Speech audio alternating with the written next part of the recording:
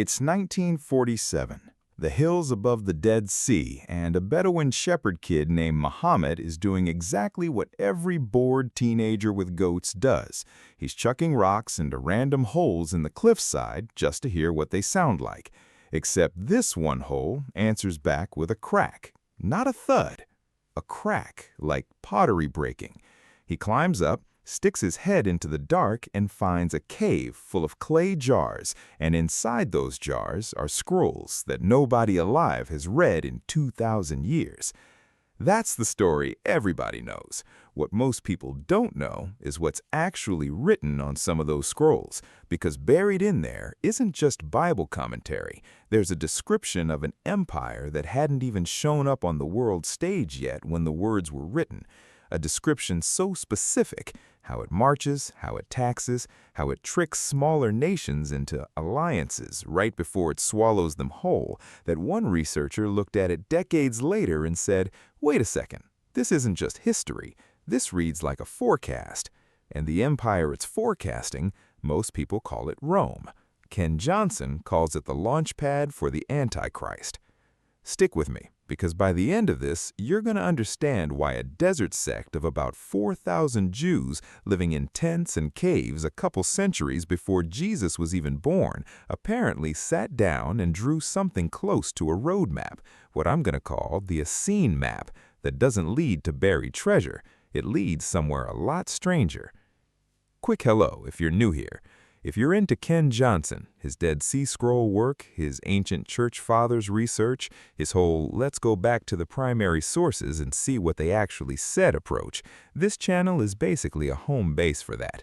We go through his books, his lectures, his translations, piece by piece, and just talk it through like normal people instead of turning it into a seminary lecture. And this one matters a lot to me.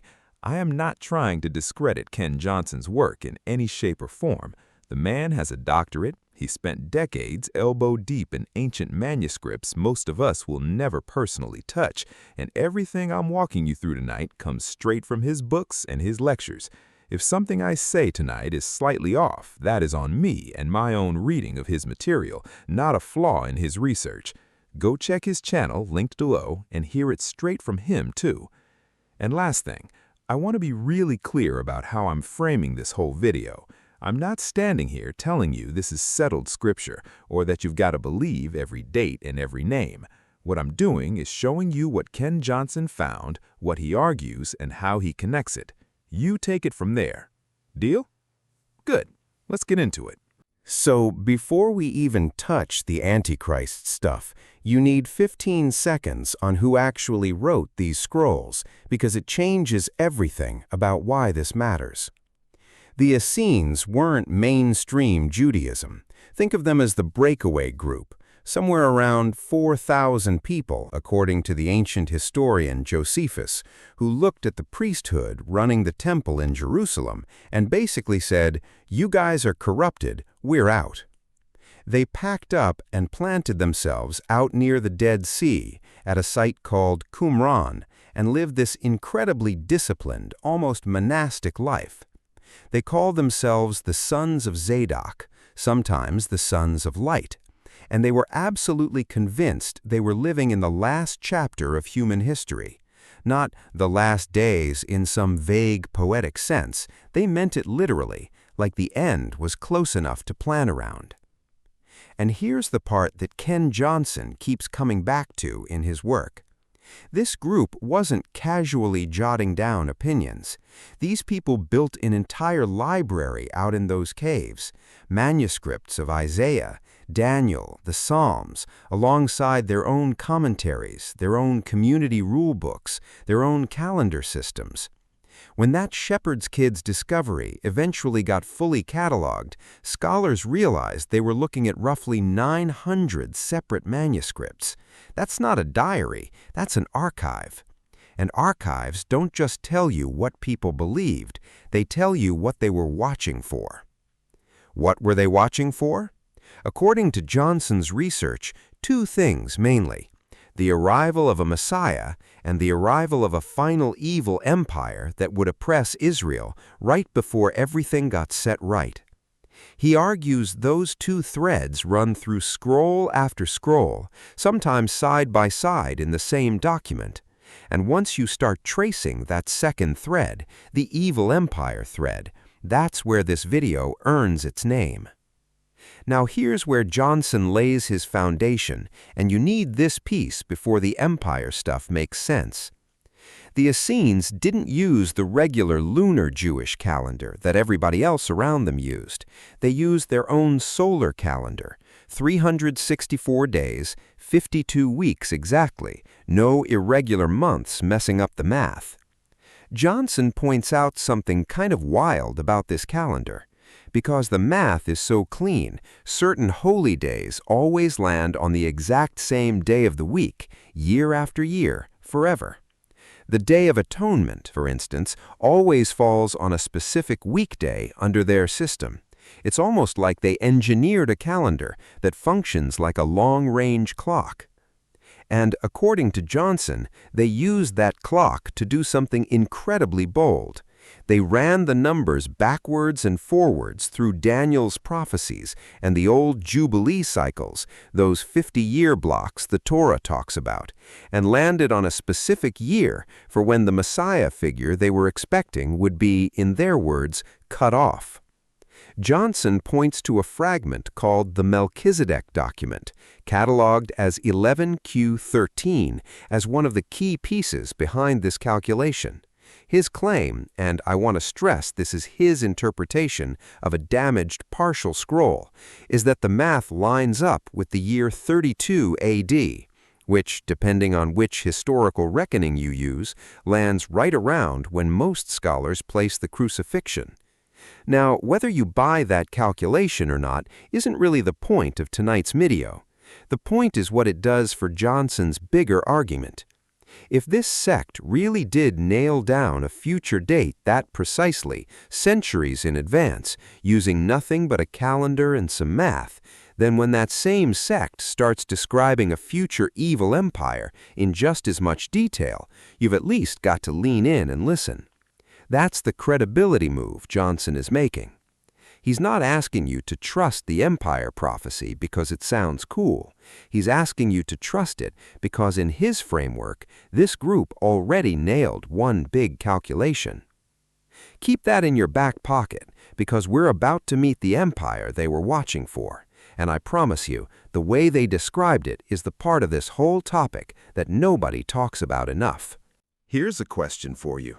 Buried inside these scrolls is one single code word, just one word that shows up over and over in the war commentary, in the prophecy fragments, in the community's apocalyptic battle plans. It's not a Hebrew word for Rome. It's an old word for a completely different place, a coastal region nowhere near Italy. And yet, Johnson, along with most Dead Sea Scroll scholars, agrees this word is secretly pointing straight at the empire that would eventually crucify their Messiah and burn their temple to the ground. What is that word, and why would they hide their biggest enemy behind it? Hang tight, we're getting there in about 90 seconds, but first you need one more piece of the puzzle.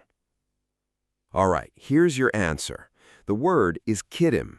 Originally, way back in the Old Testament, Kittim referred to Cyprus and the surrounding coastlands, basically the people who come from across the sea. But by the time the Essenes are writing their war documents, Kittim has shifted meaning. It's become their code name, almost a slur for the rising Western power steamrolling through the Mediterranean. And every serious scholar of these scrolls, Johnson included, reads that as Rome. Here's why this part of the story that genuinely gives me chills.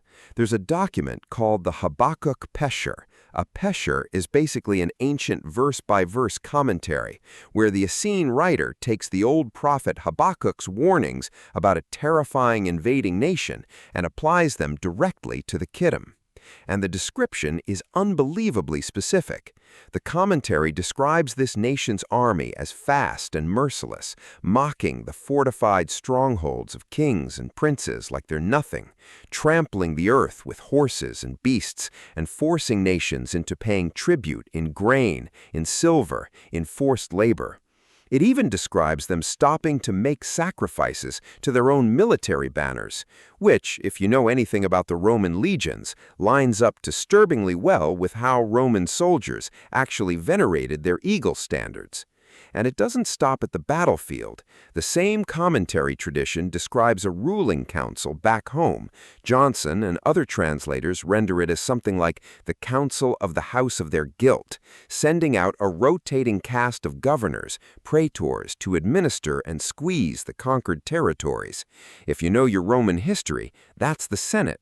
That's provincial governance. That's the entire administrative machine of the Roman Republic, described by people who, depending on when exactly these scrolls were composed, may have been writing before Rome ever set a single legion's boot inside Judea. That's the unsettling part Johnson keeps hammering on in his lectures. This isn't a community reacting to Rome after the fact. Many scholars date these particular scroll fragments earlier than Pompey's conquest of Jerusalem in 63 BC. So either this is an extraordinarily lucky guess about how empires generally behave, or, in Johnson's framing, it's exactly what these people claimed it was, a prophetic warning that came true on schedule. And once Rome shows up as Kittim in the war documents, the Essenes don't just describe Rome as a passing military threat. They describe Kittim as the launching pad for something far worse, sitting right at the climax of the end times war the scrolls call the War of the Sons of Light against the Sons of Darkness. That war isn't just two armies. According to the scroll, it's staged. Kittim leads one wave, then another wave from a different direction, escalating toward one final confrontation. And riding on top of that final wave, Johnson argues, is the figure we're really here to talk about tonight. So let's actually meet him. According to Johnson's research into these prophetic fragments, the Essenes taught that history would eventually produce one specific ruler, not just another conquering general, but a single, evil Gentile king who would seize control over Israel with the backing of 10 allied nations, and that his rule over that arrangement would last exactly 7 years. Stop and sit with that for a second, because if you've spent any time at all in Bible prophecy circles, alarm bells should be going off. 10 nations banding together behind one ruler, a 7-year reign. That is almost a beat-for-beat match with the 10 horns and the 10 kings described in the book of Daniel, and with the 7-year tribulation period most futurist readings pull out of the book of Revelation. Johnson's argument is that this isn't him forcing a connection. It's that the Essenes, reading the exact same Daniel material we still read today, arrived independently at the same 10-nation, 7-year framework, centuries before Revelation was even written. Here's the thing that makes this more than just an academic curiosity, though. Johnson isn't treating this as a standalone scroll fragment floating in isolation. He's stacking it directly on top of the Kittim material we just covered. In his reading, Kittim, Rome, isn't a separate, unrelated villain from this 10-nation coalition. Rome is the seedbed. The empire that the Essenes watched rising in real time, with its merciless legions and its tribute-collecting governors, is the same geopolitical lineage that eventually produces the 10-nation alliance and the Gentile king who rules through it. In other words, according to Johnson, the Essenes weren't predicting two separate villains. They were predicting one continuous storyline. Rome rises, Rome falls, and something grows back out of that same Roman root centuries later, wearing a different face.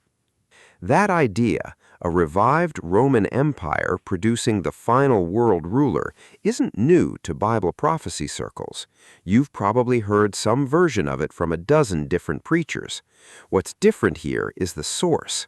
This isn't a modern prophecy teacher reading tea leaves into current headlines. Johnson is pulling this straight from a sect that existed before the Roman Empire had finished forming, looking at scrolls that are roughly 2,000 years old, sitting in a cave untouched until 1947.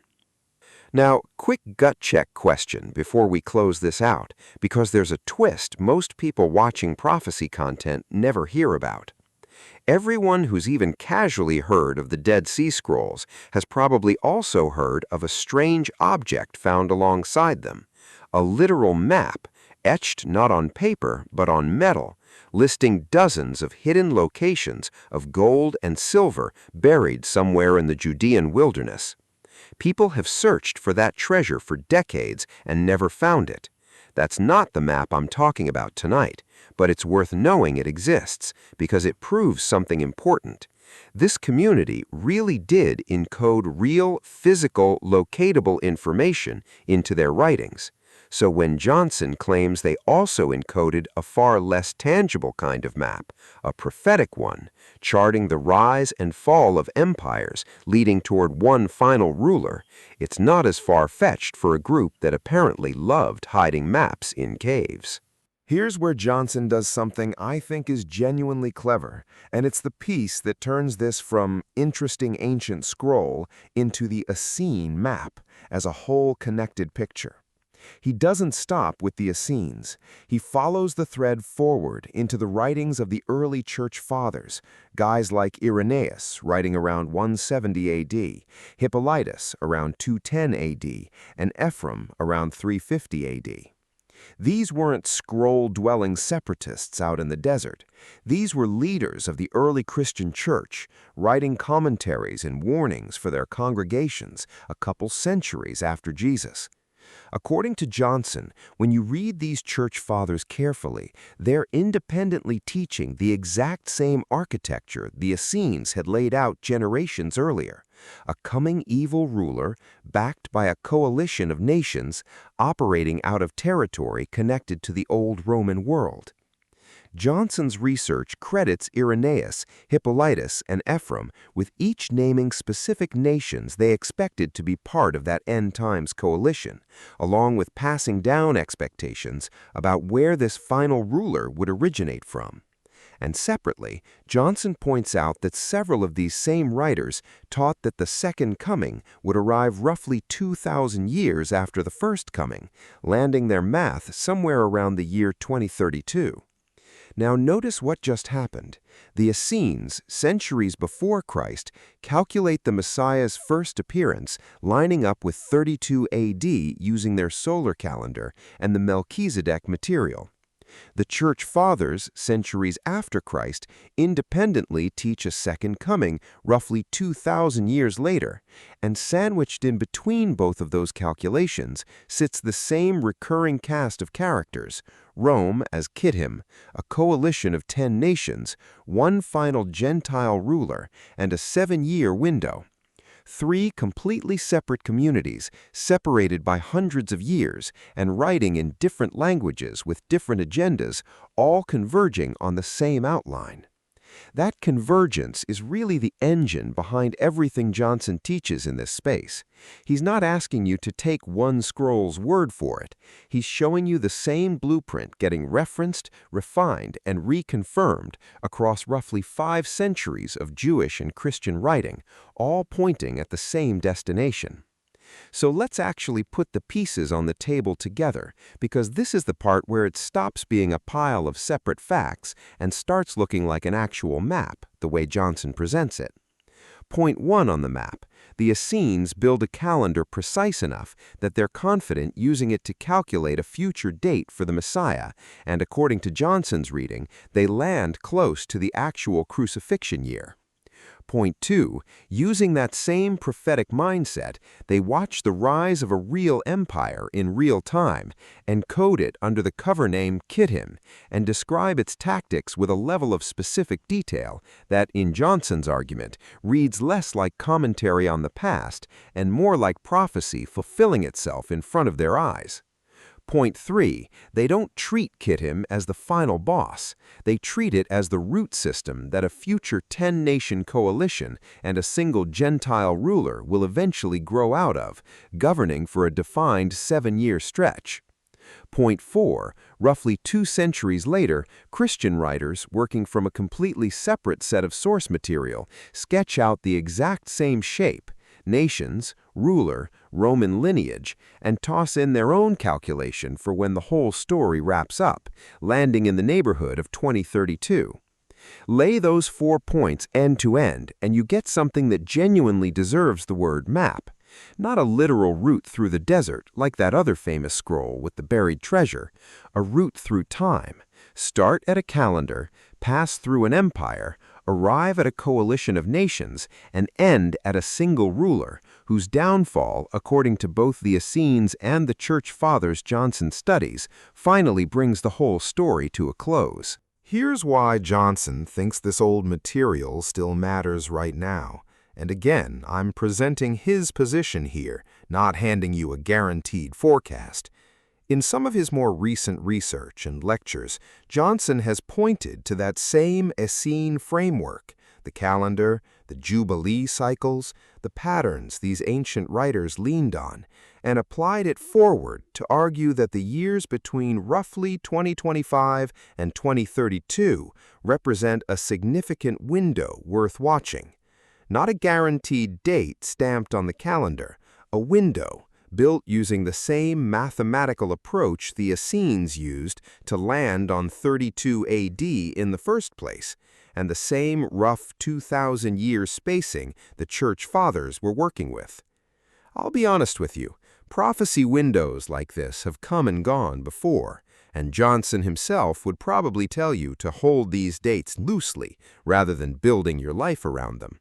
But that's exactly why I think this topic is worth a deep dive instead of a quick headline. The value here isn't in betting on a specific year. It's in seeing how a tiny desert community, writing on goatskin and papyrus a couple thousand years ago, apparently built a genuinely coherent framework, one that real historians, real archaeologists, and real translators are still arguing over the meaning of today. So that's the Essene map, at least the version of it Ken Johnson has spent years piecing together out of broken scrolls, war commentaries, and a stack of ancient church writings most people have never cracked open. Rome rising under a coded name, a calendar bold enough to name a year, a coalition of nations waiting in the wings, and a thread that early Christian leaders picked right back up centuries later, like they'd been handed the other half of the same letter.